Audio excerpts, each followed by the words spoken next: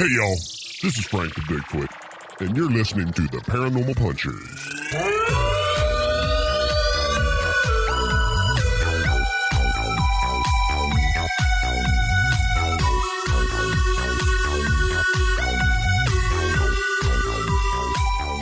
Hey, friends. Welcome to Paranormal Punchers. I'm Mark. I'm Alicia. I'm Nash. I'm Dave. And on this episode, we are talking about the 12 Vile Vortices. Mm-hmm. Vortices? I think we bit off more than we can chew. I think so. And I'm going to warn everybody up front. I think this is going to be quite a wacky episode. Mm-hmm. Definitely, maybe. So hopefully you enjoy the ride. Yeah, and I imagine we're probably only going to touch on just like the basics. We're not going to get too involved, you know what I mean? Because otherwise we'll be talking for hours. Right. Yeah, so this is going to be like an 8-hour podcast, right? I mean, there's so many to talk about. Exactly. We are part of the Podbelly Network. Go to podbelly.com and find other cool podcasts like us. All right. Hey, a couple things up front here I want to talk about. First off, Lish, I just got the email from author Tom Lyons. He loved our audiobook. Yay! He said we did a great job. Yeah, Lish and I did an Audible audiobook. We narrated it. I produced it, edited it down, and it'll be out soon. Mm-hmm. It's called Exciting. Strangers in the Meadow, Yes. a Bigfoot frightening encounter. Oh. Written by Tom Lyons. Mm-hmm. Wow. Narrated by Mark Sheets and Alicia Sheets. There, you just got a free taste of that. Yep. That's right. I'll let everybody know when it's up. And if you want to check it out, that's Tom Lyons is the author of Living Among Bigfoot. This is just another book he wrote. So that was super cool. It was a heck of an experience. Mm-hmm. It was a lot of work. Oh, yeah. More work. It's not as easy as just sitting here shooting a breeze with you guys. Having a few beers, talking about stuff. Oh, yeah. We had no beers to do that. Yeah. Speaking of beers, Nash is still working on beer for my chupacabra, but he had a failure. Yeah, I did. It came out tasting like gasoline. So I'm going to put that in the not acceptable category. Got it. So I'm going to dial it back and go for version 3, and we'll try to nail it down. Yeah. What do you think made it like gasoline? I don't know. I changed some of the ingredients. I didn't put any Anaheim pepper in it, and so maybe the Anaheim absorbed some of that on the first time, and it didn't taste so alcohol burn-like. See, I liked the pepper the first time, but you didn't. Yeah, I wasn't wild about it. So, and I knew that if it got to be produced on a bigger scale, that they didn't want to use a pepper. Mm-hmm. So I tried to redo it without the pepper, with a little bit less on some of the sugars that I added. So I don't know. I got to go figure it out again and dial it back, and then kind of toy with it a little bit. Yeah. So, Well, you'll get it. I'll get there. And whenever you get the recipe dialed in, then I'll make the T-shirt. So Yeah. There you go. Yeah, you never learn with successes. You always learn with failures. there you Right. go. Which is probably what this episode will Which is why I'm always learning it'll be a learning lesson. Was that foreshadowing? Yeah. As always, before we get to the main topic, we got some listener feedback brought to you by Living Among Bigfoot, the only book series that drop every month on Amazon. Go find them. Okay. So kicking this off here, we heard from Will. Hey, guys. I just listened to the last episode, and first, it was awesome. And I just wanted to say Nash was talking about military bases and cryptids. But I wanted to say Missouri has the only military base in the country to house the stealth bomber. Oh. And also, you guys should look up the Missouri Firebird. Giant flying creature seen near St. Louis. Also, Missouri has space penguins. And all I'm saying... Oh, my. I need to learn more on that. That's awesome. And all I'm saying is, how else do you explain space penguins without aliens? Right. You guys are awesome. Keep up the good work. And I'm officially going to be looking into the Paranormal Highway, and I might have to go see it. Ooh. Nice. Firebird sounded interesting, but space penguins, you got me. He had you at space penguins? Yeah. Well, I was like really curious. I had to look this up. So in the winter of 1967, a no-nonsense Missouri farmer had a run-in with a horde of strange, scurrying entities from outer space that could only be described as resembling green space penguins. What? Awesome. Oh, man. I can't wait to look this up. That's a Patreon episode, Oh, right? for Yeah, sure. exactly. Yeah. Space penguins. Right? It's crazy. Well, then he sent us another email. Hey, guys, just wanted to say thanks for the free comic book. I just read it, and you guys did an amazing job with it. Aww. I loved it. I sent Will the issue 1 of the comic book Nice. that we created 2 years ago, and issue 2 is still not out. Yeah, I know. Work in progress. We're trying hard. Yeah, yeah. Also, if you read this during one of the episodes, I just wanted to say to everyone listening that if you're not a Patreon subscriber, you should be. Because first off, by doing so, you're supporting the best podcast out there. Nice. And second, if you're like me and wish there were more episodes, well, by subscribing, you get a bunch more episodes that are just like the normal ones, including an episode with them playing D&D, which was awesome, by the way. Thanks again. You guys are awesome. Can't wait till the next episode. Will, no, you're awesome. I know. Thank you, Will. Thank you. Thank you for always interacting with us, sending in your thoughts, your stories, and, of course, supporting us on Patreon. So, Will, you're the rock star. I'll bring this meme up at the end. Don't let me forget about the meme Kevin posted in the group. Okay. Yeah, it was pretty hilarious. The military bases reminded me. Yeah. We heard from Bill. Hi, punchers. I recently listened to your episode regarding Momo in Missouri and wanted to tell you that the legend is real. Generations of my family, including myself, have had encounters with the creature and or creatures.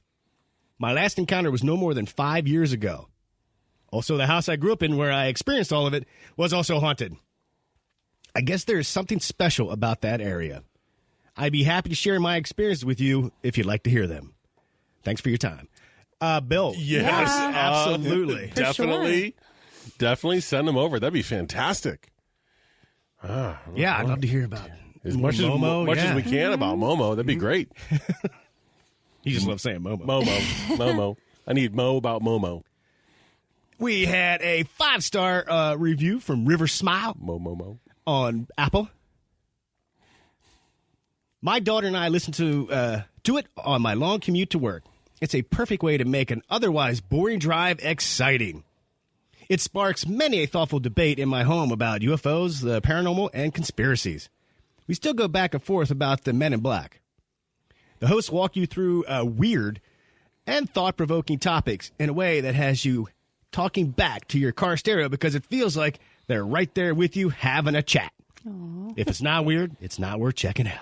Aww. Right on. Thank you. Thank you. Heard from Dan. Used to do an episode on the Superstition Mountains. Lots of crazy stories. Lots. Have you ever heard of Superstition there's Mountains? A ton of them. They're right outside of Phoenix, yeah. Oh, okay. Yeah. A couple things, I guess. There's the legend of the Lost Dutchman Mines. Yep. Okay. Yep. A haunted hiking trails. Yeah. You've heard of that? yeah. And there's also a found footage movie called Dark Mountains. All about it. Should be pretty good because there's found footage. Right. That's sarcasm. Yeah. Never mind. Don't get me started. I had a huge love for found footage, but it just can't let me down. I Yeah. know. We heard from Corey. I thoroughly enjoyed this episode. He was referring to our special interview with Ted Vanson. Oh, okay. Okay. I'm a paranormal investigator, and this dude is spot on. You guys are great. I'll be emailing you some of my experiences very soon. Love y'all. Putting skin for the win. That's right. That's right. Yeah, Corey, can't wait to read them. Thank you. Definitely. Let's see here. I'm going to wrap it up here with Chromos. He left a recommendation on Facebook for us. One of my favorite top 1 podcasts. Thanks, dude. And he also posted a picture of his dog. He was walking his dog. And he said, out in the field waiting on that paranormal pupper swag. Just saying. Nice. Yeah. It's in the works. It is in the Yep. works. Now, on our Facebook group, Kevin had posted a meme. It had this person talking, like it really explaining something. I think it said Nash trying to tie together secret military bases with paranormal phenomena. And then the other half of the picture has someone just looking at him really weird. It says Mark, Lish, and sometimes Dave listening to this. Yeah. So I thought that was pretty hilarious. Yeah. Yep. Right on. I know. I don't understand. Ooh, thank you for sending in your feedback. You're awesome. And we have 3 listener stories for the second half. Ooh. So Right on. it should be a lot of fun. Speaking of a lot of fun, the Vile Vortices, Bermuda Triangle, things like that. We're going to talk about that. It should be crazy. We're going to let Lish spearhead this. So All right. go for it. So there are allegedly points around the world, 12 to be precise, that mark areas where planes, ships, and people seem to vanish without a trace. These locations are equidistant from each other, equally divided between the Tropic of Capricorn and the Tropic of Cancer. 5 each in a straight line, each one 72 degrees away from the one before it. And then the North and South Pole are also attached to it. A lot of investigators, they suggest it proves that there is something logical and mathematical to the chaos. But this all came about because in 1972, Ivan T. Sanderson, he was a Scottish biologist, writer, animal enthusiast, and huge fan of all things paranormal. He actually, he saw that there were some really funny things happening around the world. And he realized that they were equally spaced out from each other. So he started looking into it more. And the Bermuda Triangle was like the first thing that really kind of sparked his thoughts. But he noticed that, planes and people would disappear. There was a lot of UFO sightings. And then there was a lot of things that just went strange in that area. Sorry. Quality, thanks. Yes. Sorry. So he mapped these 12 different paranormal active areas, and he named them Vile Vortices or Vortices or whatever. Vortices. Vortices. Okay. Thank you. Why he named them Vile, I couldn't really find that information. Did you guys see that? It just It seemed like sounds scary. Yeah, It does sound scary. I know. I think that was really about it, and then it's just bad things happen in these places. Oh, yeah. Just that was what I found. It was like, why do you use the word vile? I don't know. He just thought it sounded really bad, and bad stuff happened there. So Hey, I'm okay with that. Yeah. I just wasn't sure if there was like a specific reason why he called it Vile. Vile Vortices. Vortices. Vortices. Vortices. Thank you. So some of the things that happen, obviously I said planes, boats, people disappearing, compasses spinning, electrical equipment failing, planes arriving possibly early, and other such time anomalies, and UFO sightings. And I found this about Sanderson that he also coined the phrase cryptozoology. Did he? Or one of the Right on. people that could be credited for that. Yeah, he was really into it. He had a special attention with his research to lake monsters, sea serpents, giant penguins, What? Yeti, and the Sasquatch. I mean, this guy could totally be on the show with us. Oh, for That'd be sure. awesome. Yeah, and lost time. I'd add lost time to your list, Alicia. There was one thing I said where I found Yeah. where it was like and lost time situations. Right. Yeah. So in 1973, so it was like a year after he published this thing in a magazine, this theory, there were 3 Soviet scientists, Nikolai Goncharov, You may just want to. Yeah, let's just stick with the first name. Yeah, you're good there. Just saying Okay, about we'll just 3 do that. Soviet Okay. Scientists who have absolutely not a single name in this world. Excellent try. Okay, we'll just skip the 3 names. Even I wouldn't. I know. Very sciencey type names is what it was. Very, yeah. Yeah. Okay. They extended his theory, Sanderson's theory, in an article called "Is the Earth a Large Crystal?" They postulated that a matrix of cosmic energy made up of 12 pentagonal plates covers the Earth.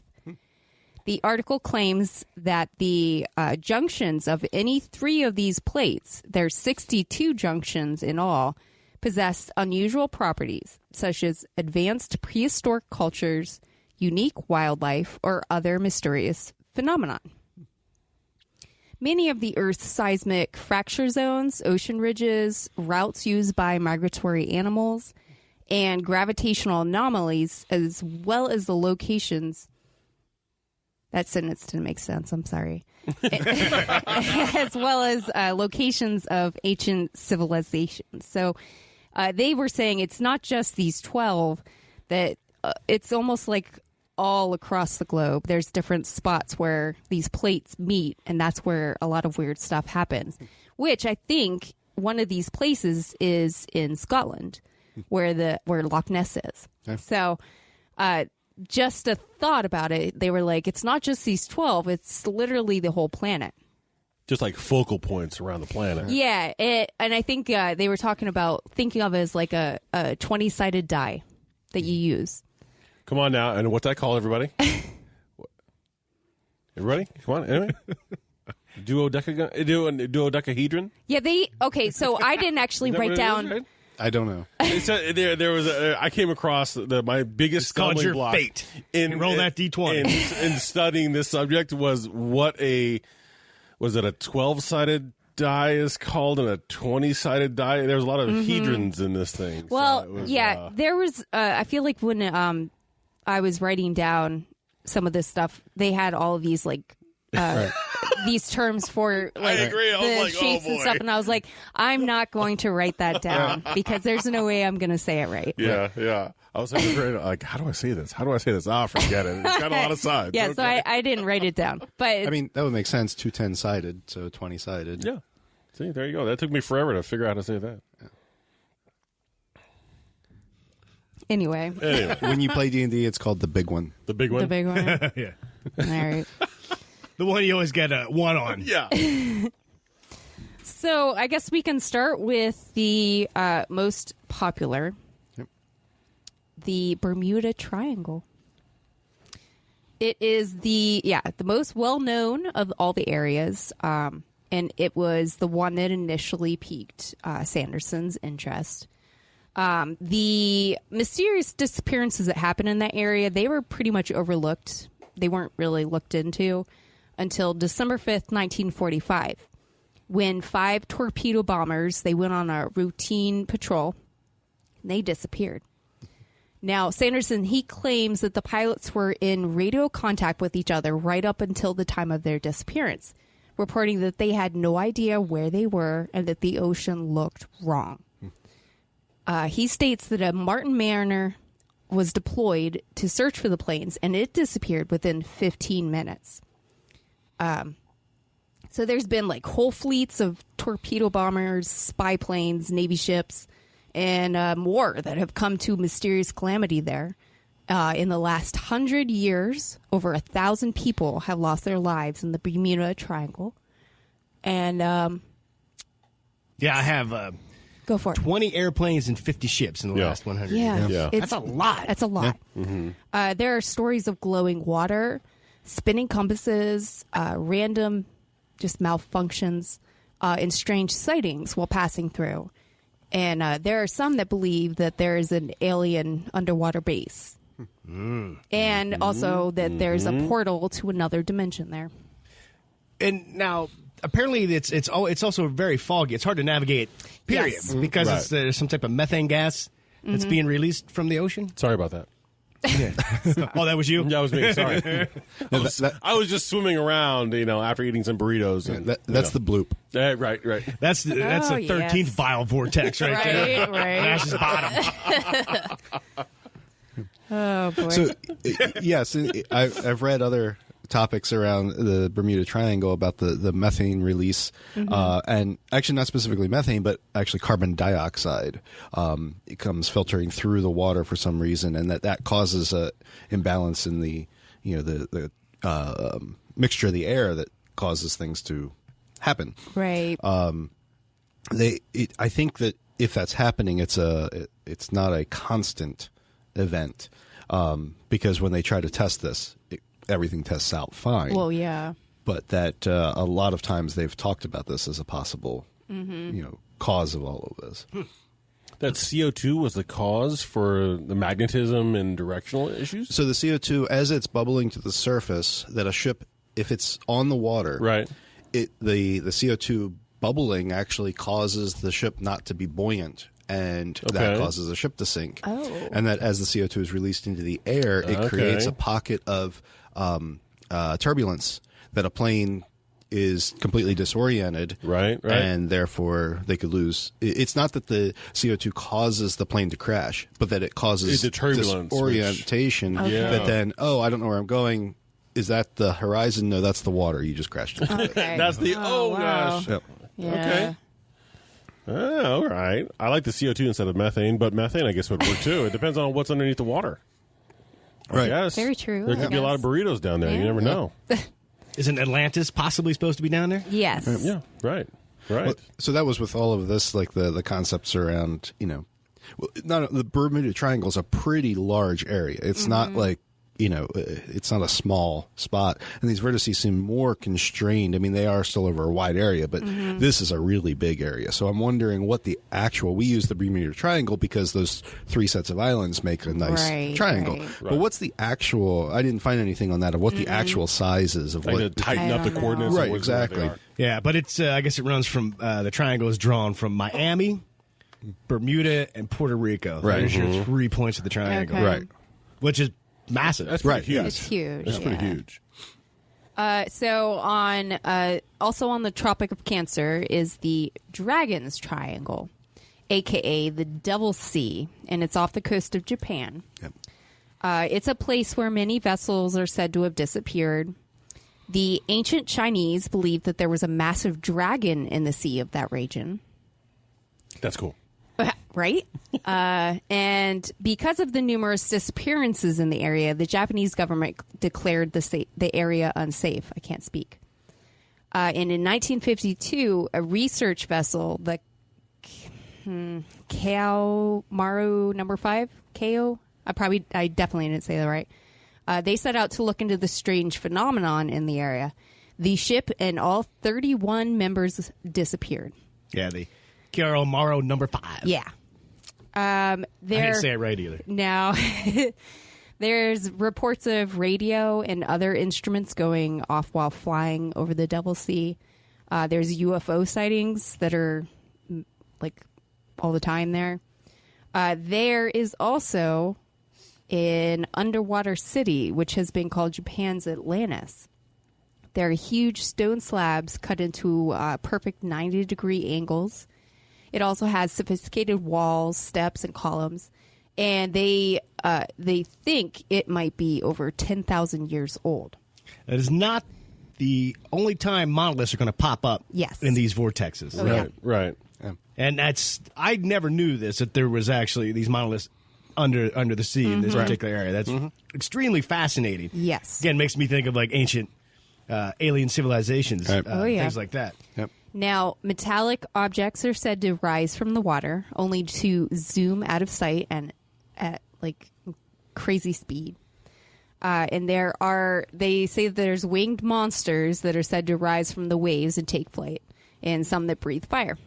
So, Good times. Yeah. Good When that times. happens. There was a story, an old Japanese story, about this vessel that rose up out of the Devil's Triangle, the Devil's Sea, kind of shaped like an urn. The kind where you put that I guess you can swing. It burns incense. They could see through, and inside was what looked like a human, but not nothing a human they haven't seen before. She was like just inside looking out at him, hung out for a while, and then the ship vanished back down into the sea. Wow. wow. Just came out for a little fresh air. Yeah, the description sounds like a UFO. Yeah. Came up, checked it out for a while, said hi to everybody, and then went back. Took some pictures, ordered a pizza, and then back down in the water. Yeah, Nice. I think it was like a long time ago before you could order a pizza. Well, yeah. maybe. You never know. It's always about pizza. Now, did you see? Now, the image that I saw of the Dragon's Triangle wasn't like the Bermuda Triangle. Is really, It's not really a triangle. yeah, it's not really Yeah. a triangle, and it was more like mountains that came up, and when it touched between the two mountains, is how they drew the triangle instead of horizontally. The triangle was vertical. Right. Yeah. I think what they were saying is when they named it Dragon's Triangle, they were just trying to play off the Bermuda Triangle. That weird stuff happens there, but it's not really a triangle. It's more of, it's more like a rectangle. But either way, it sounds cool. But there's a 10,000. We're kind of bearing the lead that there's a 10,000-year-old city under the water right there. Right? Right. Yeah. Yeah, and they've got stone cutting in the whole 9 yards. Right. I guess, being able to do geometry back in the day, especially breathing underwater, could be tough. No, it was a lot. Yeah. So another. Hold on. Go ahead. One of the things I was really surprised about with this is that the deepest place on Earth, Marianas Trench, Challenger Deep, is not in this. But there's another trench, I thought. I'm sure there is, but the Challenger Deep was, if you're familiar with Pacific Rim, that was where all the kaiju came from. came from. Oh, yeah. They were coming up from another dimension. Correct, right. And, as far deep as that goes, we're so far into the Earth's crust and everything, you would think that would be a point where magnetic fields are off and things like Right. that. And I'm sure it is, but it's not considered part of the actual described Devil's Triangle, Yeah, Dragon Triangle. not that one, but there is another trench that's Right. part of this. Yeah. But so I don't know why. Right. But anyway, the Indus Valley in Pakistan. It is called the Mound of the Dead Men. It is a site of an ancient city called Mohenjo-Daro. It was one of the largest settlements in the Indus Valley, and it was thought to be one of the world's first major cities, founded in the 26th century BCE, which I think is before Common Era. Correct. It was discovered in the 1920s, obviously abandoned, and archaeologists, they came across a bunch of corpses of at least 40 people. Some of the bodies had high readings of radiation, and some of them were fused together. So there are thoughts of some kind of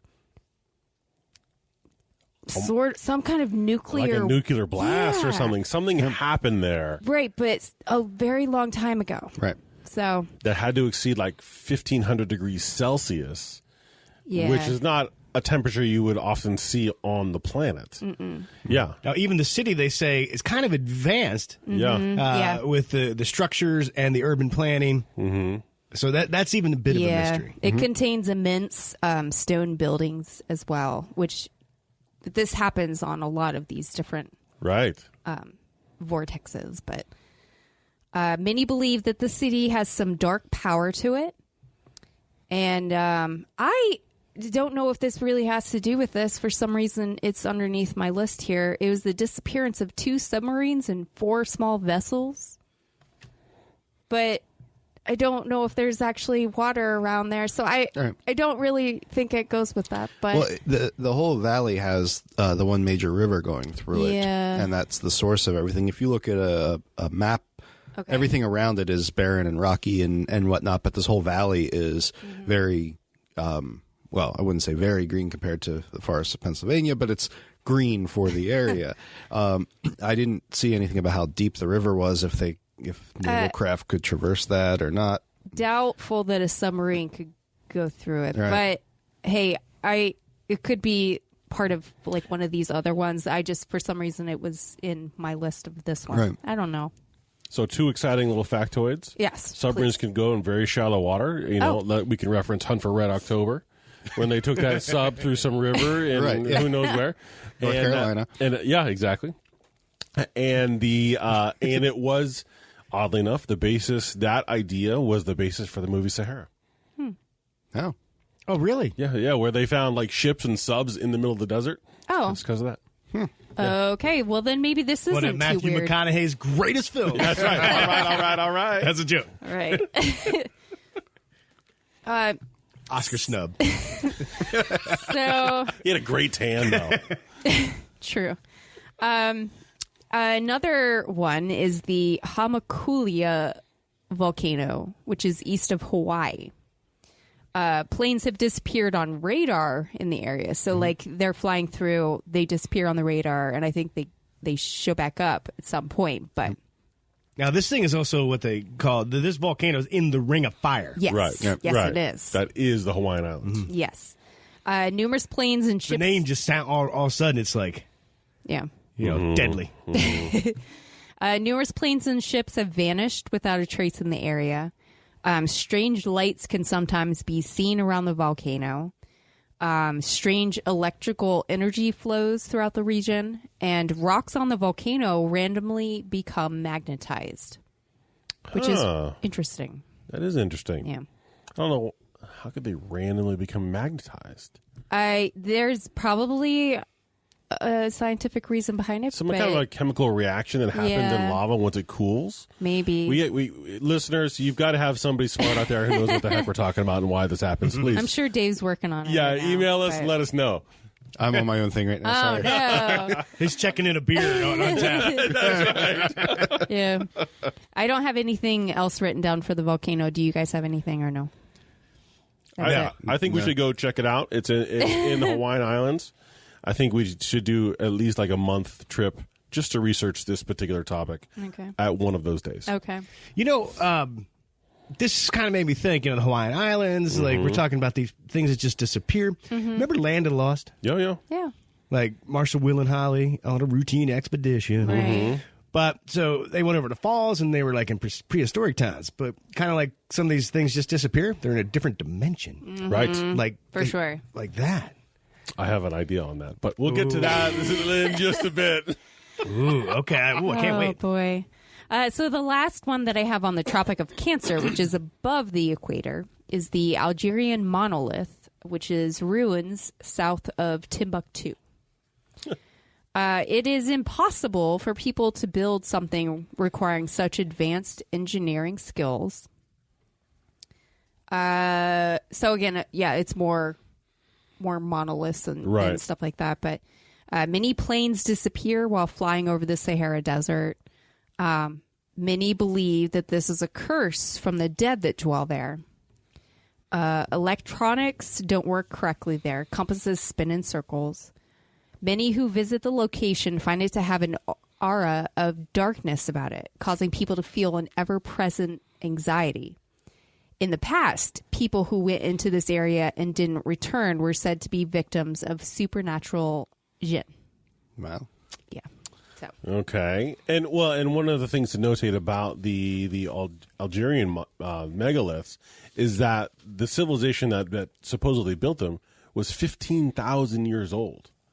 So, I mean, to be able to have the technology to create these stones Right. and to build it 15,000 years ago, I mean, it's not to say that it couldn't happen, Right. but there's some pretty smart people back in the day. right. There's also the burial grounds for the Zing Empire. Oh, So that whole area probably has a lot of Yeah. for sure. mystery. That's where the jinn are. Guess where I will be. Okay. Now, whenever I hear Jin, all I can think of is Witcher. I'm sorry. Yeah. Yeah. Yeah. Yeah. All right, so moving down to the Tropic of Capricorn, which is below the equator, there is I think this might be one of the bigger ones down there, the South Atlantic Anomaly, which is east of Rio. This is where the inner Van Allen radiation belt comes closest to the Earth's surface, about 120 miles from the surface. Yeah. It causes the magnetic field to be weaker and exposing orbiting satellites to radiation that cause equipment failure. Satellites will go through this belt, often experiencing malfunctions and glitches, and astronauts will see strange shooting star-like lights. The Hubble Space Telescope is unable to take pictures while passing over this. And this also causes serious problems for aircrafts, planes disappearing mysteriously from the area. Mm-hmm. This vortex is particularly interesting because the area itself has been extensively studied by NASA. And some believe it opens the door to another dimension.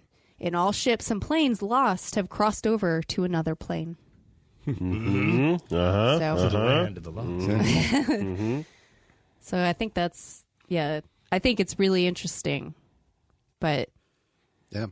Well, and even as a portal into our Earth atmosphere and magnetic field and everything, like, oh, if I'm an alien and I want to take my ship in the easiest route, depending on what forces I'm looking to repel against, that might be that's where I'm going to come in at. Right. Well, and that's whenever I've seen, everybody knows I'm a big Star Trek fan, but they're always talking about ships hanging out in the North and South poles inside their magnetosphere so they can't be scanned. That's what they're talking about is in this zone. Yep. Right. Yeah, because everything that you're going to be looking at picture-wise or, I don't know if you can, scanning ability yet, but, the things that you were hoping to find that are in there, you're just not going to be able to. It's just not possible. Right.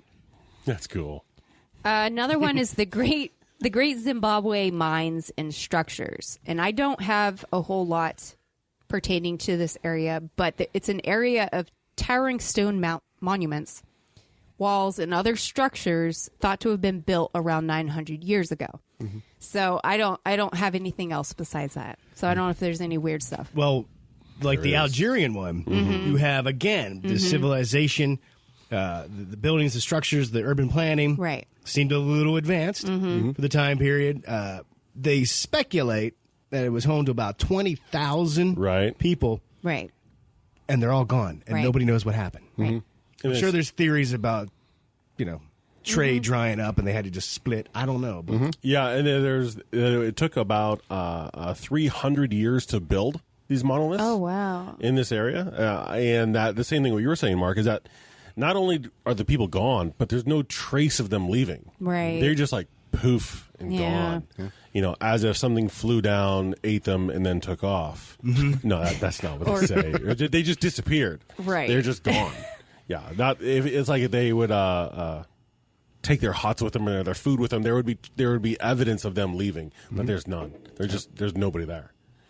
The another vortex is the Wharton Basin, which is an area of deadliness. It's the northeast corner of the Indian Ocean. Along the floor of the ocean here, there are many deep fractures and different plates meet there. Because of that, the area sees quite a bit of seismic activity, which has been studied extensively.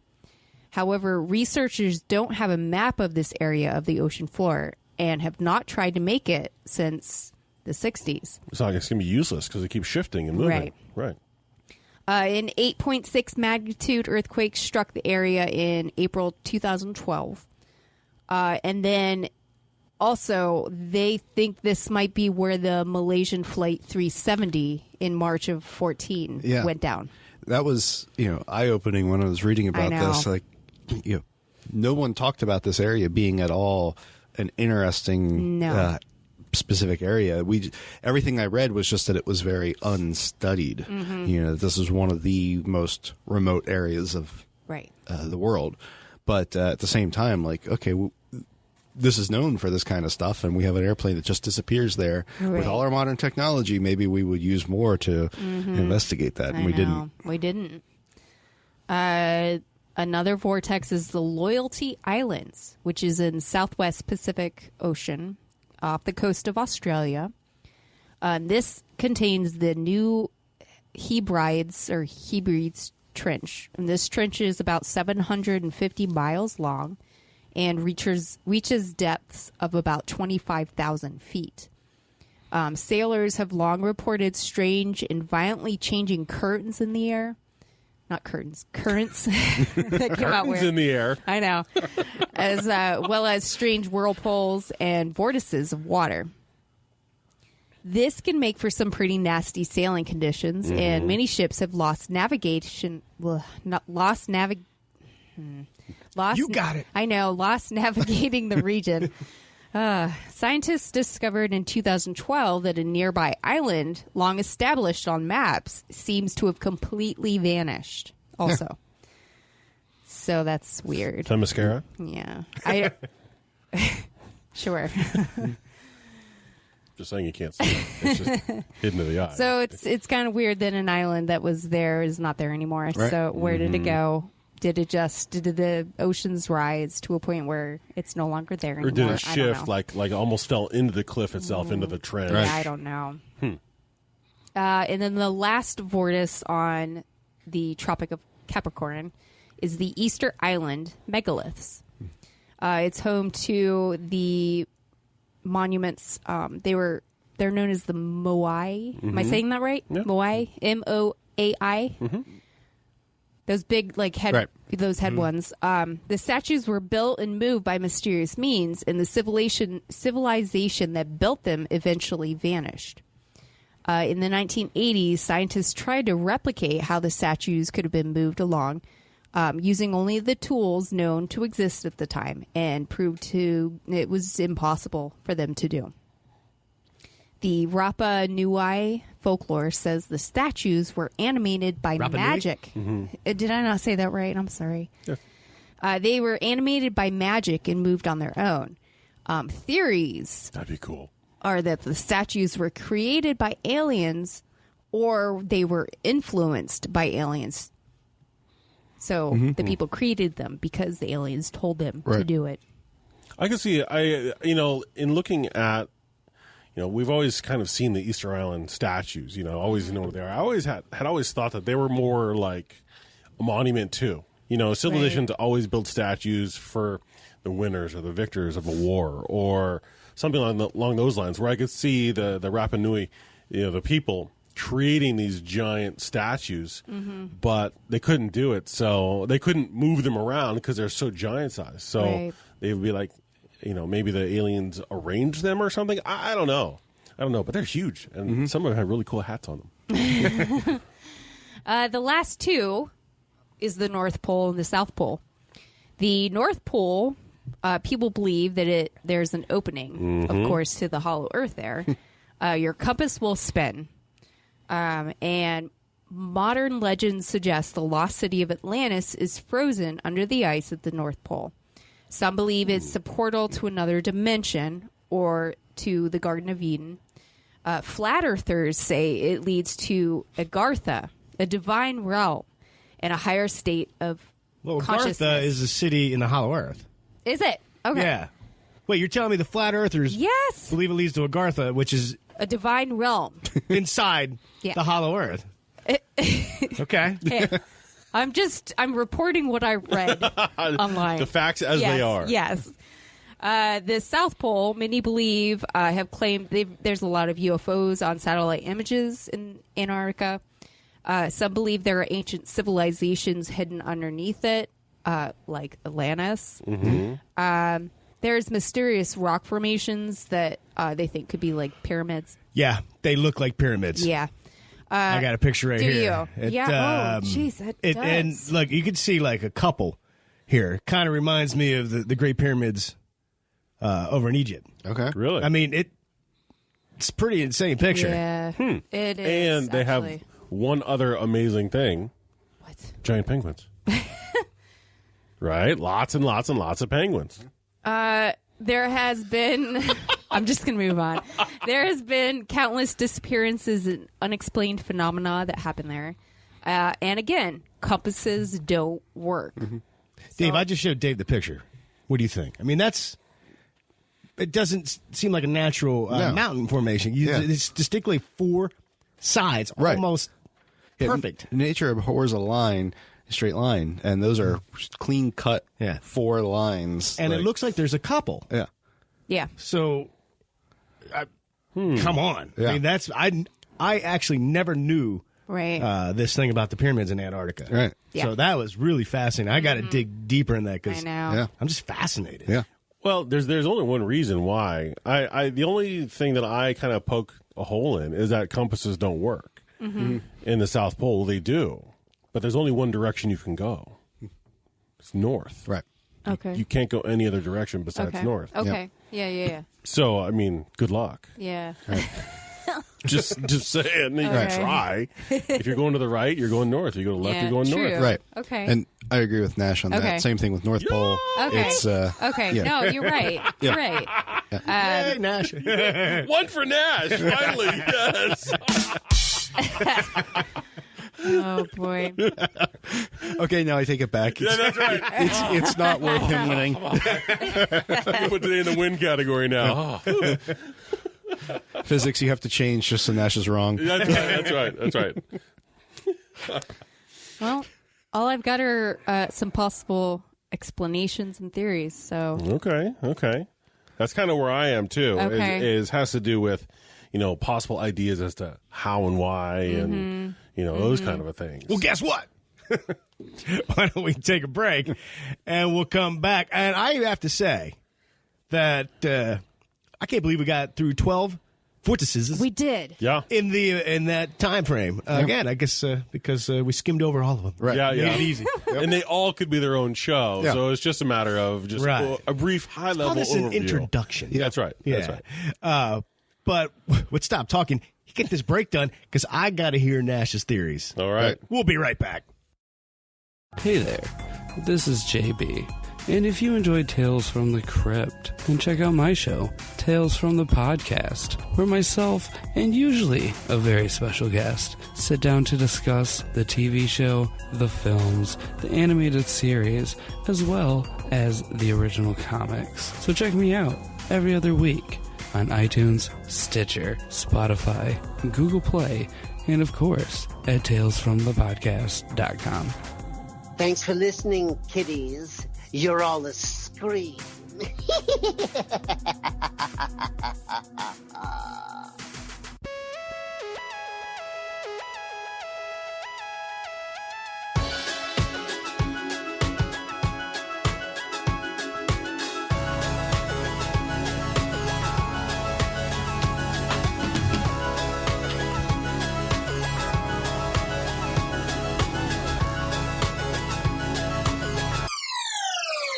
And we're back. Just missed Nash making funnies and Dave compared Nash to a grown-up Stewie from Family Guy. Right. Will Wheatons. I'll tease him with Wheatons. Out of context, people have no idea. Yeah. It doesn't happening? have as much. Yeah. Well, I'm glad everybody just stopped talking. Right in the middle, you're having a drink. Yeah. Thanks, guys. Yeah. Put me on the spot. Anytime. We got your back. So my questions had to do with the fact that there are 10 equidistant points along the planet. Yes. So, kind of to back what you were saying, Dave, about nature abhorring straight lines. How can they be equidistant if they're natural? But they're not on a straight line.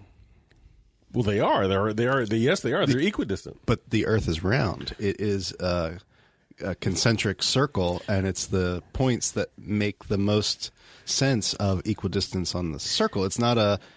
The problem with space is if you try to shoot something off in a straight line, there's so many Right. forces that affect it, and Right. it starts to veer, and you get curvature of everything. Right. This is perfect curvature, exact spots on perfect curvature. But these run parallel to the equator. Which again comes to the Earth isn't actually a sphere; it's oblong due to gravitational pull. Sorry, flat earthers. And it as a result of that, these would again they make the most sense. Now, I am surprised that there aren't any spots on the equator. Right. I would have expected that in addition to the North Pole, South Pole, Right. the tropics, I would expect some on the equator On the too. equator, yeah.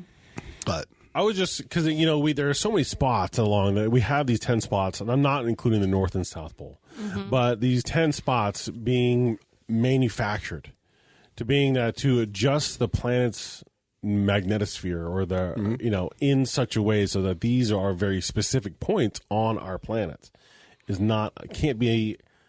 I don't know. Can it be a natural occurrence? Can it not be? I don't know. That's versus like the hell gates that are placed all over the planet.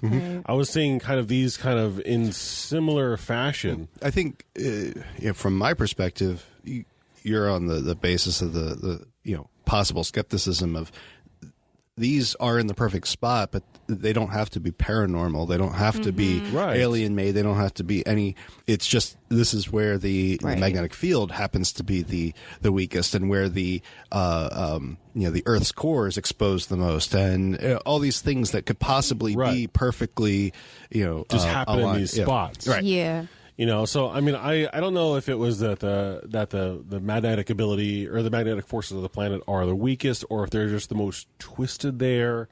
And I'm always going to go to the pudding skin, but are these focal points that are manufactured or not, or natural occurring, to where they're purposefully designed so that they create the thinnest, almost permanent barrier between our reality and the next? That's kind of where I was kind of headed with this, because everything like with the Bermuda Triangle, that thing is huge. Right. But everything else associated with these were kind of much smaller, much more localized. Right.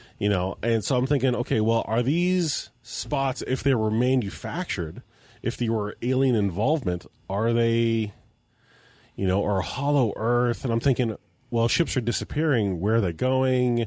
Is this like a doorway to another reality, or is this kind of similar to like the gates of hell, where there were a gateway for demons to come out and whatnot?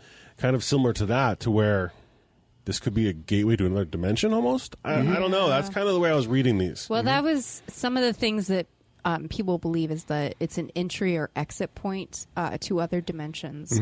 But also the hollow earth, like all these different places you can get there through here, except for all the underwater ones. Right. That doesn't make any sense to me. But You have to hold your breath. I was kind of thinking like the whole, for entry points, the ones over water, that's kind of like a comedy trope of like watching, hey, demon, your turn, go through, plop, plop, plop. right.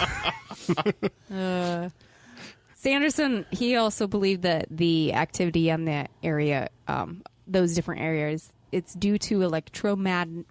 My God, I can't. Electromadness? I know. Electromagnetic disturbances caused by hot and cold air.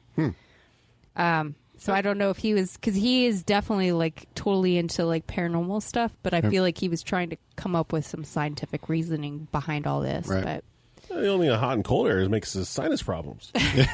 I know. I've been having sinus issues I know, for like right? months. Right. Yes.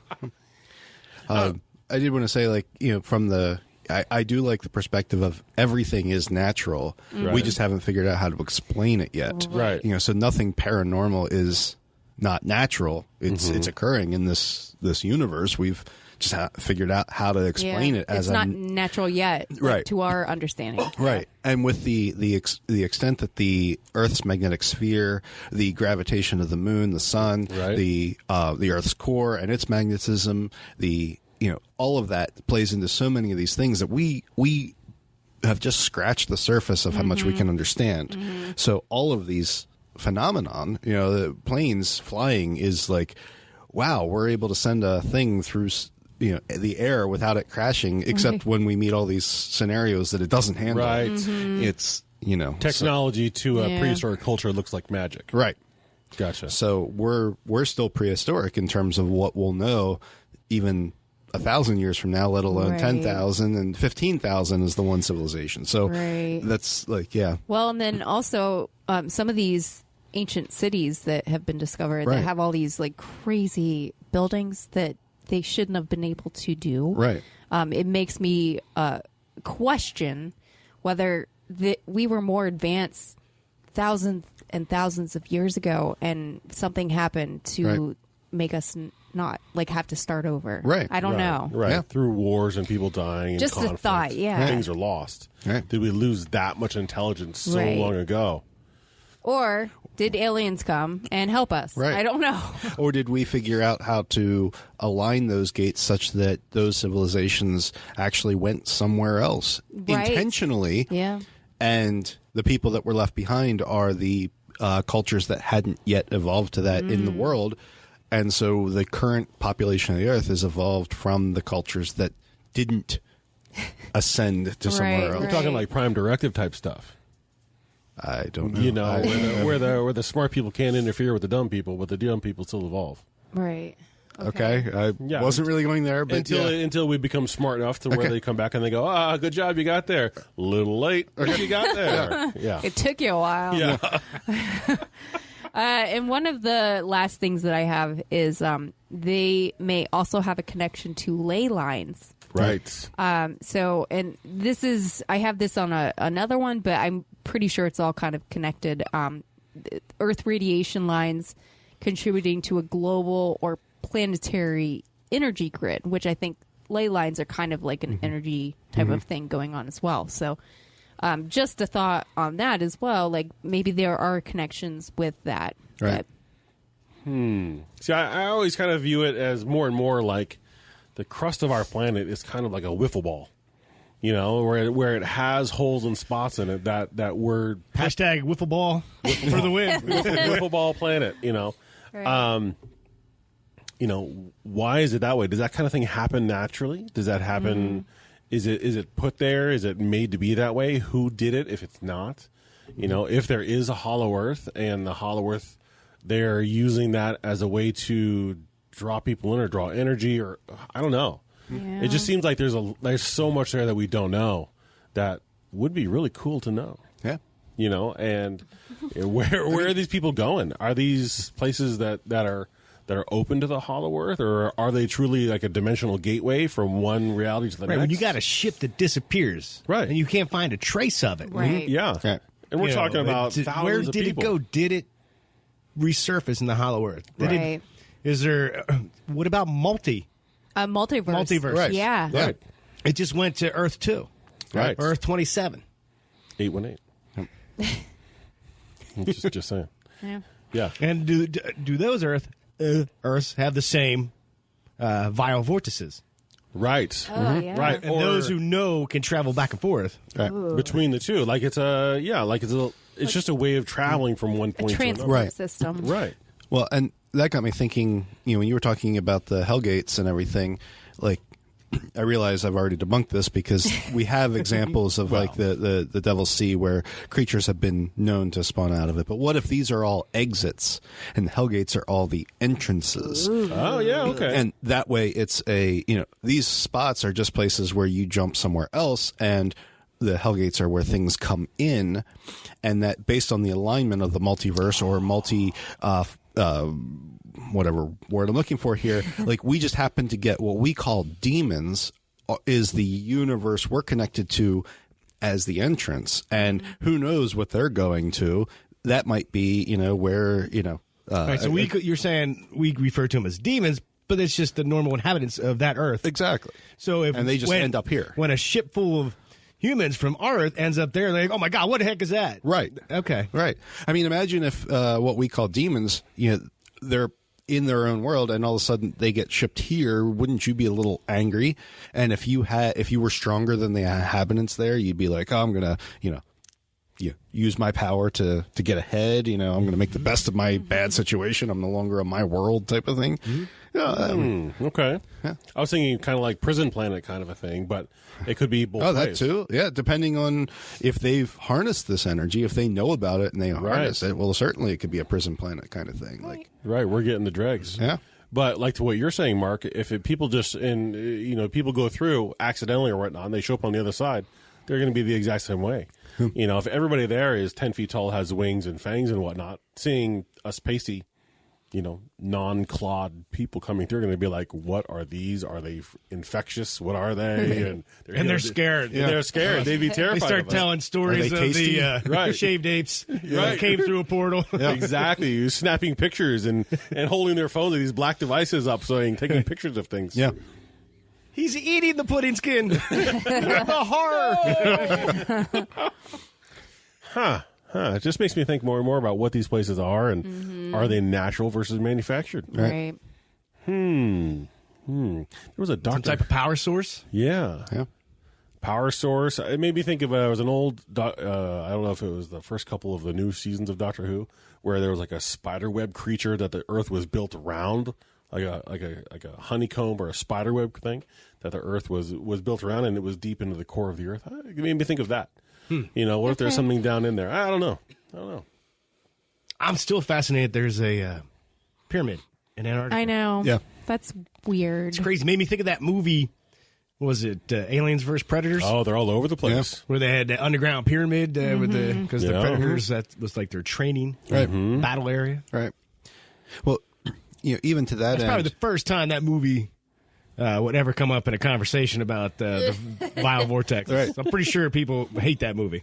I enjoyed it. Yeah, The comic was really good. It was with the good. Easter Island megaliths, they're, if you uncover them, they are much bigger. They're full bodies. We only think of them as heads. Right. And that's just from the time they were built until now.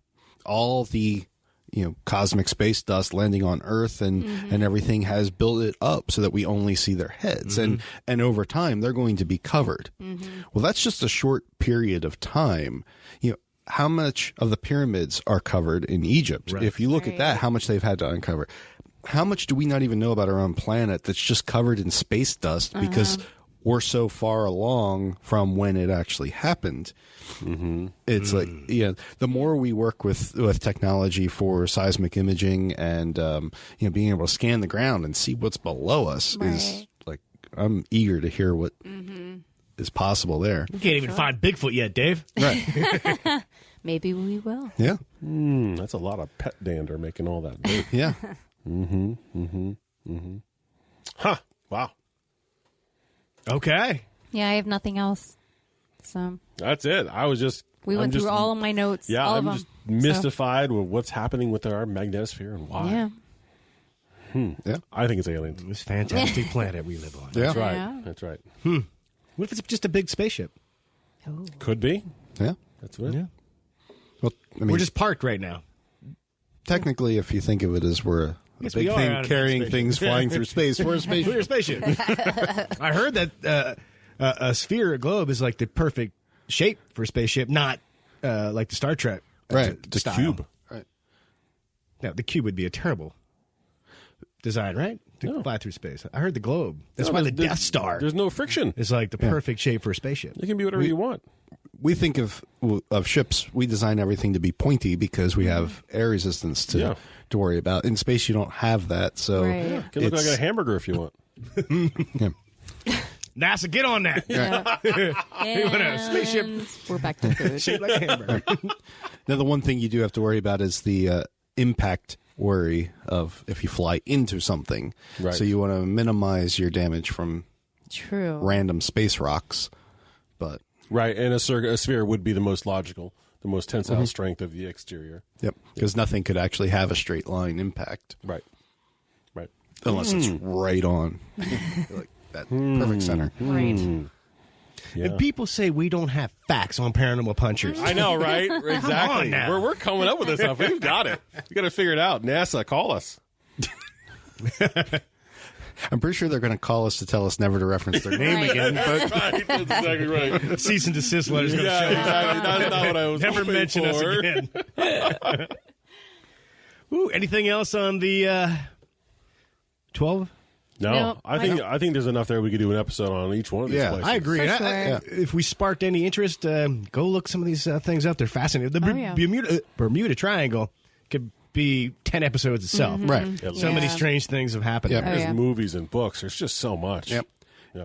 I think that's my worry is like I don't want to seem like we're shorting this at all. There's No, so much no. more content. It's that trying not to get too, Too deep into one. 2.5 hours specific. later, we're Right. through the first topic. Right. Yeah. And There was just no way. Like once I started, because I was like, "Oh, this sounds really cool," Yeah. and then when I looked into it, I was like, "Oh boy." And we didn't even talk about the secondary ones and like, the Loch Ness. We talked about that. Oh yeah, I know. I mentioned it because it was part of the Right. Russians. Like they kind of expanded on Right. his theory, but I mean, that I is know. tons more topics. So. for sure. Yeah, now I want to keep talking about it.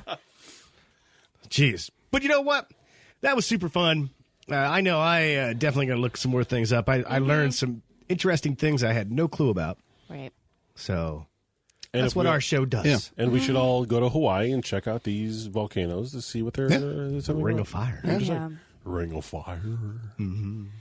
All right, so we got some listener stories Yes. to get us back into the world of the paranormal and the strange and the weird. Not that we ever left it. So, Lish, Yeah. why don't we have Dave kick it off? Okay. Okay. And there you go. Here we go. So the story I'm going to read comes from Meg. Hey, guys. Woo, episode 80. That's awesome. So cool to see how far you guys have come. As always, I much enjoyed the episode and can't wait until the next one. I was excited to hear the listener stories about sleep paralysis and made me want to share some of my own stories and experiences with it, as well as some theories. Hashtag Puddin'-skin. Oh, what's up? Drink. I suffer from a condition called Something or otheritis? Try it. Spell it. Hypnagogia? Spell it. Hypnagogia. Okay. Something or other. I'm sure that if once you know how to say it, Hypnagogia? Okay. If I was like, if nobody else is going to try it, I'm going to. Hypnagogia, yeah. It occurs when you're right on the cusp of falling asleep. You'll almost be sleeping, but then you just wake up and open your eyes and you tend to see things. I guess your brain gets caught in this in-between state. For myself, I tend to see a lot of dead people. I often wonder if it's just my imagination conjuring up these people, and that's why I see them, or if maybe there's some puddin'-skin stuff going on. Mm-hmm. Like being in this in-between state causes you to see other entities from different dimensions. One of the only times I've experienced sleep paralysis was about a year ago.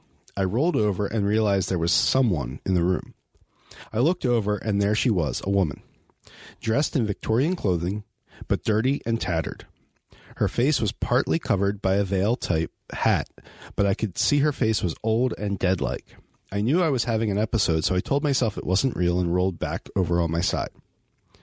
I don't know how much time passed, but all of a sudden I was on my back and woke up. I couldn't move. I was frozen and couldn't speak. Just my eyes were able to look around the room. I looked over, and the woman was still in my room. She appeared right next to me at my bedside. She then slowly leaned down towards my face. I could see her more clearly, and she looked like a mummy rotting. Hollow eyes and part of her jawbone teeth were exposed. I could feel her breath on me, and even hear it leaving her mouth. I was so panicked. I just remember closing my eyes and in my head screaming, "You are not welcome in this space. Get out of my space. You are not allowed to be here. Leave now. Leave this vessel alone." I kept repeating these thoughts over and over for about a minute, I would guess. It felt like eternity. Eventually, I could feel a weight lift from my body and I could move again. I haven't had another paralysis experience since, and all my other episodes I've had always allowed me to move freely. I have a feeling I encountered an entity that was trying to steal my body. What do you guys think? Oh. If you want to know about any of my other strange episodes I've had, let me know. I'm open to share. Sorry this was so long. Thanks again, guys, for being so awesome. You the best. Puddin'-skin for the win. Much love, Meg. Thanks, Meg. Yeah, Thank you. Just the description of looked like a mummy, and you could see the jawbone. And I was like, so like Jonah Hex, you kind of see through. Yeah. Right. That'd be terrifying. For sure. Huh. I'm thinking keep some Tic Tacs nearby. Because if they're like right in your face, breathing on you, you're like, dang, you stank.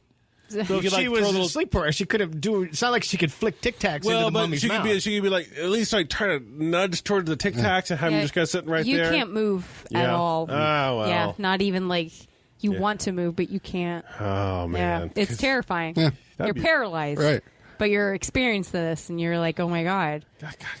Yeah, do you think there's any... Have you guys ever had that where you're starting to fall asleep, but you're not quite there, and then sometimes your surroundings seem... like almost strange? Because you're in between the sleep and being awake. It is. Yeah. I've had that happen. It is very strange. That's what happened with the whole hearing that bang and thought there was home invaders. Right. Also watching that HBO movie that didn't was, help. Yeah, terrifying. But I know that feeling. Yeah, you're like in between space. Yeah. I've never seen anything or heard anything in that space. You know, well, maybe heard the occasional thump, and then you get up and just check the doors, make sure everything's locked. But then you realize, like, like, I was half awake, half asleep. Yeah, Nothing. Yeah. Never anything like what Meg was describing. Nothing that is like, oh my That's gosh, crazy. that's wild. Yeah, that's scary. And it seems like, I feel like that theme has popped up before. Like, you just tell them, like, no. Right. Right. No way. Yeah. You're not getting his body. I wonder if it just happened the one time or if it happened again or came back multiple times with a similar entity. I don't know. I don't know. She has more stories to share. For sure. So please do, Meg. Thank you. Yep. All right. Now Lish has one from Liz. Yes. I went up high on that. Yeah, that was nice. From Liz. Yeah. From Liz? Found your podcast recently, and so far I'm enjoying the repartee. I've been down a few crooked highways, and I'm just thankful my mind still works and my other parts are still holding together. LOL. Since a young age, I've had paranormal events in my life, and so envy and enjoy this time where it's okay to discuss these topics that in the past would have had you facing a stint in the psych ward. While at university, 66 to 70, I dabbled with different things, one being transcendental meditation, supposedly a way to enlightenment without dropping acid, but that was okay too. Working with a group and an Indian guru, we practiced TM. The goal was to astro project your life force out of your body while still tethered to it so that you could begin the acceptance and understanding of nirvana. Love their music. Without actually crossing over into the next level of existence. Sorry, when you live long and through interesting times, your war stories always take time to explain. One night, I'm at home having finished the evening studying and hit and run Ed that the friend that always has the good stuff who drops by to share, and as soon as you're high, they are up and out the door.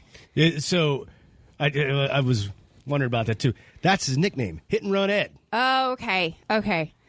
That makes much more sense. Stops by to share a doobie. We all zone out for a bit, then I go back to my room and think I'll sleep, but decide to try to project instead.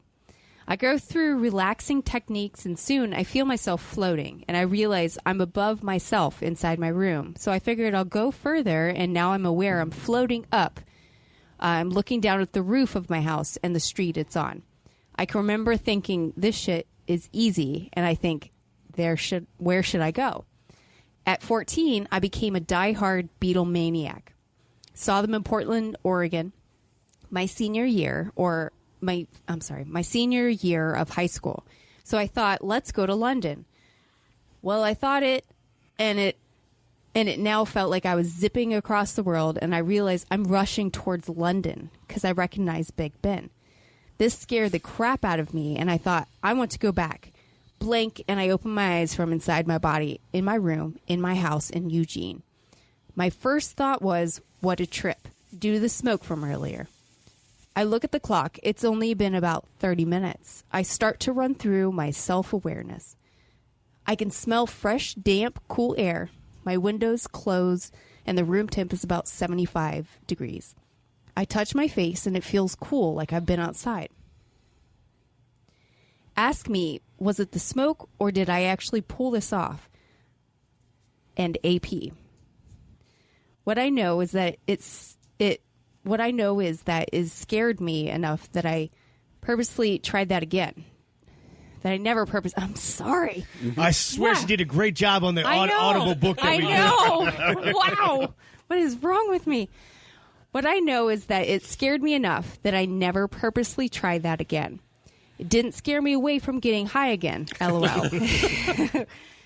As to my other paranormal, have had several deja vu events, mind speak events, a ghostly encounter, predictive dreams, and 2, possibly 3 Bigfoot events. Yeah. Nice. My hint for sleep paralysis is to speak to yourself and say, you are safe, you are in your own bed. You will not die from this. You have the control, and then you decide to want this stuff to go away. Then tell it, leave me, and don't come back. Or do you want to find out what will happen? Then ask, why are you doing this to me? And then if you don't like what they say, send them the F away from you. Stay funny and weird, as it makes for good listening, Liz. I am sorry, Liz, that I butchered that so bad. I know, Liz is already like, I'm out. I know. I'm so sorry. Thanks, Liz. Greatly appreciate that. Definitely. Thank you. Again, she was saying sleep paralysis. In this case, she was saying talk to yourself. Right. First say you're cool, and then tell whatever's there. Right. Like, no. Right. Get the F out of here. Yeah. Right. Which makes sense. I like how she said, or you won't like what's going to happen. Yeah. I'm going to get up off this bed. I'm going to kick your butt. Yep. Right. Well, the whole astral projection side is like, that's really interesting. Like, For you know, sure. she wanted to go see the Beatles, so she decided to go to London, and Right. there she was. And, Right. like, yeah, I'd love to hear more about that experience. Like, If you could pull it off, astral projection, do you think where would be the first thing you think, all right, let me go here and see if this works? What would be the place you'd pick? I mean, I hope it wouldn't be like down the street. I'll test it out. I'll go. I'm going to go to the kitchen. Yeah. Well, I mean, yeah, to test it, I'd be like, am I here for reals? Or I don't know. I mean, I think for me, the one I'd love to do is like go into outer space. I'd love to go to Mars or some other planet. But I think of that as like, if I don't know what I'm doing, well then, yeah, I'm going to try the kitchen because that's close. I should be able, that's the first thing. But that comes back, I mean, not to go Star Wars Yoda, but the do or do not, there is no try. Like there is no difference between going to the kitchen and going to Mars. True. It's all about just, you're afraid, you're holding yourself back. And if you just do it, who cares where you go? You're just going. Yeah. But I would love to go into outer space and see what Mars is actually like. Yeah. I was thinking I was like Las Vegas. I would say that I think it was a mix. She was asking what was the reason for it happening. How did it happen? I think because a lot of the things that Liz was saying about like deja vu and dream, not foreshadowing, predictions and things like that. So I've had a little bit of experience with that. So the only time I've ever even come close, I don't want to say I've done astral projection or anything like that, but it's a weird thing, but I've seen the top of my head from about 2 feet up. Really? And the only time it ever happened to me, and I had the same way to get there as Liz did. Had a, Ed? Was it green? It was green. Okay. It was green. And it helped. And, when back in the day I used to partake, and then I was big into Buddhism and transcendental meditations and learning how to do it and whatnot. And the only time, it only ever happened once, and it was such a, oh my gosh, this is happening, and then I was back. And it was like, what's this? Oh my God, this is really cool. And then boom, I was back. And that was it. Wow. So I didn't really have enough time to say, let me go to Fenway. You're like, let me see what the top of my head looks like. Yeah, because it was just like, what's happening? Oh, that's me. Oh, whack, I'm back. And that was it. And so it can happen. I'm amazed to hear that she had, the mindset to be able to think about going to England. That's fantastic. Right. The idea of having a second to think about a decision that's phenomenal. That's fantastic. That's like Jedi mind trick kind of stuff. That's really cool. Thanks, Liz. And last story we have here from Anthony. Hey, guys. Preference to this, I'm using voice to text because I'm currently driving, so some translation may be needed. You want stories? I've got stories. The one that I'm going to discuss today would be my only close encounter. I was about 8 years old. We were living in Stony Brook subdivision of East Peoria. Now, to give you an idea what this place was, the oldest house in the neighborhood was about 20 years old, and ours is about 10 years old. So relatively a new neighborhood, up and coming, And really just kind of that place to be if you wanted to be a suburbanite. Okay. Now, we didn't have, there was no house across the street from us at the time, so it's basically just a big empty lot. I don't remember what day of the week it was, but I remember it being somewhere near Easter. The weather was warmer, and there was no snow. I got woken up with a start around 3 a.m. The only reason I can somewhat say that is because I remember looking at my alarm clock. I walked out of my room and down the hall to the left. We lived in a ranch-style house, and mine was the first bedroom. The hallway opened up into the formal living room, which had a very large bay window. I remember feeling confused because it was very bright. I looked out the window and saw what, at this stage of my life, I can only assume was a UFO. Scale isn't necessarily my strong suit, but I do recall this was bigger than a house. Bigger than a house that was catty-cornered to us, which would put it roughly about, he has 10 feet here, but that could be that translation, because it's not very big for a house nor a UFO. So maybe it's supposed to be 100 feet. There were 3 bright lights on top and bottom, no discernible landing gear, and a ring of lights that went around the middle. I'm not going to say this was a saucer shape, but I will say that it was somewhat cigar-shaped, rounder at one end and tapered at the other. Now, the interesting thing is that my parents don't recall this, but I remember freaking out and running to their bedroom and waking my dad up. I told him he needs to look out the window. There's something out there. He goes to look, and there was nothing there. Interesting note, it was about an hour later from when he woke up. No, maybe 2 hours. Because the sun was just starting to come up. I'm not saying I was abducted. I'm not saying I was experimented on. I'm not saying that I saw a UFO. I'm saying that I saw an object, and I have about 1 to 2 hours of lost time. Wow. And that, for all the things I've forgotten in my life, that memory sticks with me. Wow. Love the show. You guys are awesome. We'll talk later, yeah? Yeah, definitely. That's wild. Yeah. Wow, to have somebody write in who actually lost time. I know. Yeah, that's pretty cool. Yep. Wow, holy moly. But terrifying for that person. You know what I mean? Like, you're just like, I don't even You don't know what happened. I don't know. But I'd be very confused. Number one, seeing what I can only explain, especially at that age. I mean, I was watching a lot of horror movies and things like that. Right. But to not be able to explain, wait, I lost 2 hours. What happened? What happened? Do you just get frozen by it? By it's investigating you and you just, yeah. They could have cut off all his limbs and then put it back together and Oh, nobody would have jeez. known. Nash. Why'd you go there? I know. That was a Star Trek episode. Oh, okay. Oh. Yeah. So how many times are you going to reference Star Trek today? I'm just saying, there's a lot of similarities. Let's get some Star Wars references. Oh, yeah, Dave had some Yoda stuff. Nobody likes that show. Oh. Anthony, thank you. And absolutely, send us more stories. Everybody, if you got a paranormal story, Definitely. we love to hear it. We love to share it. This is one big community. Yeah. All right. Wow, we did it. We got through another episode. Talked about 12. And, I think they also referred to as the devil's graveyards. Yes. Sanderson's article, his initial article in Saga magazine or something like that, he talked about the 12 graveyards of the planet. Yeah. I thought it was fascinating. Yeah. Yeah. I like the idea of they're just, yes, they have doorways to one reality or another, but what you were saying, Dave, about how something can come through and then something goes through the other way. You don't really know, but when it happens, we're all experiencing the same thing, just with different creatures and stuff coming through. Right. Oh, Yeah. nice. The Right. multiverse. Yeah. Okay.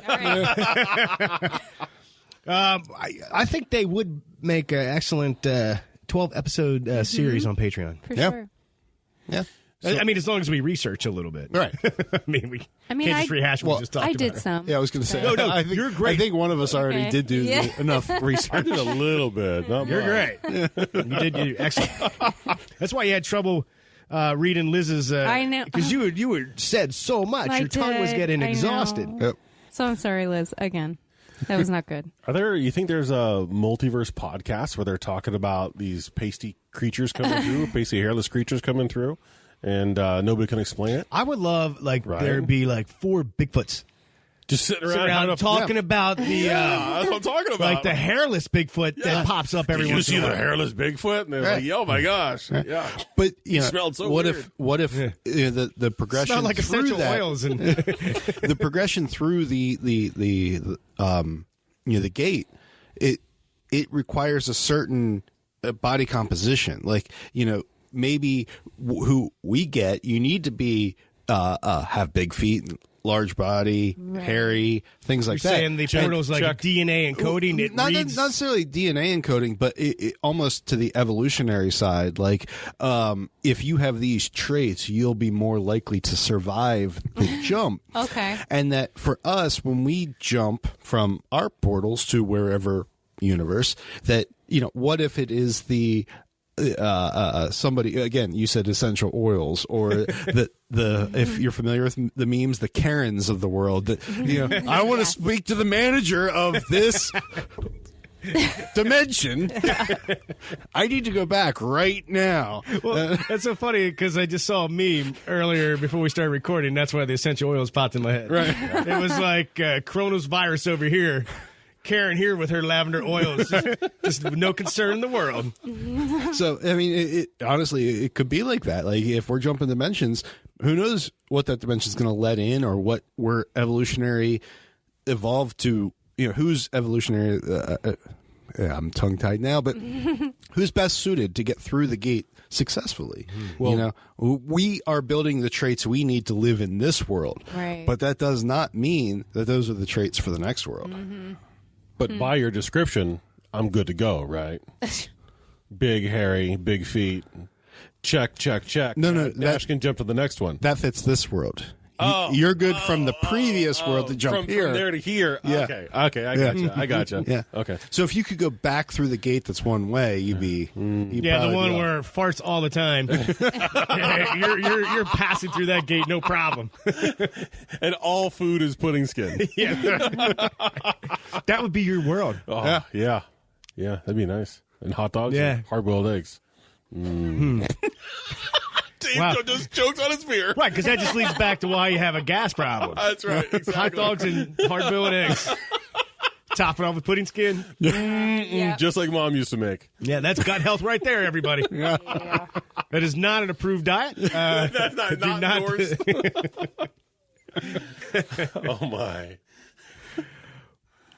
On that note, learn more about us if you want to. If you really want to. At this point, man, I don't know. There's not much more to learn about Nash. ParanormalPunchers.com. You can find links to everything we do. I mean, if it's not weird. It's not worth checking out.